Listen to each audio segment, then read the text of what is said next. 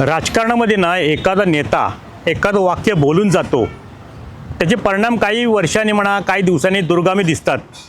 आणि हल्लीच्या राजकारणातली हे नेते मंडळी आहेत ना, हे काही गोष्टीत आपल्या बोलण्यातनं पुढच्या संकेत सुद्धा देतात. असं अनेक वेळा घडलं आहे. मग तसंच काहीसं रत्नागिरीत घडणार आहे का? कारण कालच रत्नागिरीमध्ये आलेले भाजपचे विधान परिषदेचे आमदार, कोकणचे नेते प्रमोद जठार यांची पत्रपरिषद झाली भाजप कार्यालयात. त्यांचा पहिलाच दौऱ्यामध्ये ते संघटना वाढीसाठी ते प्रयत्न करणार आहेत.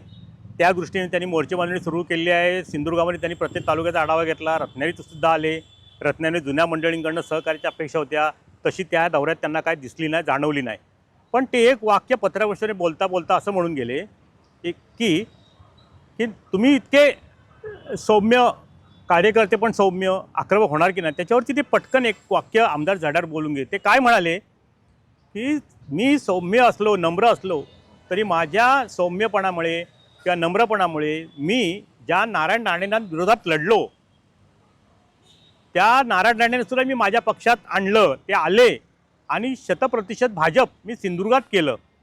मग तुम्हाला असं वाटत असेल की मी रत्नागिरीमध्ये तसं करणार नाही, असं तुम्ही समजू नका, असं वागताचं वाक्य बोलले.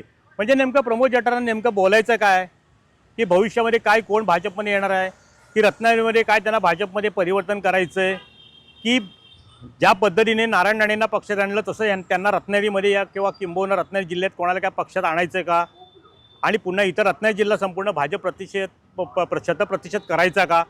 म्हणजे जठार तसे प्रमोद जठार तसे अनुभवी नेते आहेत. ते असं चुकून माकून काय बोलणार नाहीत. आणि पुढं परत ते म्हणाले हा पहिला अंक आहे. नाटकाचे जे सर्वसाधारण 3 अंक असतात, हा पहिला अंक आहे. हा 3 अंक बाकी आहेत, 2 अंक. आणि त्याचबरोबर पुढे ते काय म्हणाले, मी दिग्दर्शक आहे. म्हणजे भविष्यातलं नाटक काय आहे त्याची सुतोवाच किंवा ते सारपणे त्यांनी जाणीव करून तर दिली नाही ना. मग असं का बोलले? प्रमोद जठार बोलून गेले, पण त्याच्यानंतर राजकीय चर्चा सुरू झाल्या की रत्नागिरीमध्ये 100% भाजप करण्यासाठी प्रमोद जठार नेमकं आपल्या पक्षात कोणाला गळी उतरवणार आहेत किंवा कोणाला पक्षात घेणार आहेत. सध्या तरी तसं काही वातावरण दिसत नाही आहे. आपण विचार केला तर पालकमंत्री उदय सामंतांबद्दल विचार केला तर ते आत्ता ह्या क्षणाला तरी शक्य नाही आहे. कारण महाराष्ट्रातील शिवसेनेचे क्रमांक 2चे ते नेते आहेत आणि उपमुख्यमंत्री एकनाथ शिंदे यांच्या विश्वासातले आहेत. त्यामुळे जी शक्यता आत्ता तरी दिसत नाही आहे. त्याच्यावरती राजकारणात काय पुढे घडेल हे आजही कोणाला सांगता येत नाही आहे. कारण महाराष्ट्रात राजकारण गेल्या 5-6 वर्षात इतकं बदललं आहे की सर्वसामान्य माणूसच नव्हे तर पक्षाचे नेतेसुद्धा आवक झालेत, राजकीय तज्ज्ञ आवक झालेत, राजकीय विश्लेषक आवक झालेले आहेत. त्यामुळे काय कधी होईल याची काय थांगपत्ता राजकारणात नसतो. पण प्रमोद जठार काल असे का बोलले की त्यामुळे काय इंगित दडलं आहे का? एकंदरीतच काय, आमदार प्रमोद जठारांचा रत्नागिरीतला पहिला दौरा आणि त्यांनी केलेले सुतोवाच याची भविष्यात नांदी उमटते का, की एखादी त्यांनी राजकारणामध्ये आपण म्हणतो पुढी सोडली तशी पुढी सोडली का? ह्याचं उत्तर ना मात्र येत्या काळातल्या राजकीय घडामोडींवरूनच दिसून येणार आहे. इतकंच की आमदार जठार बोलले, पण चर्चा मात्र सुरू झाली.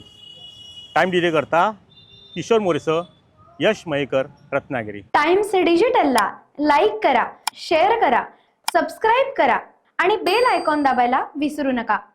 Times digital.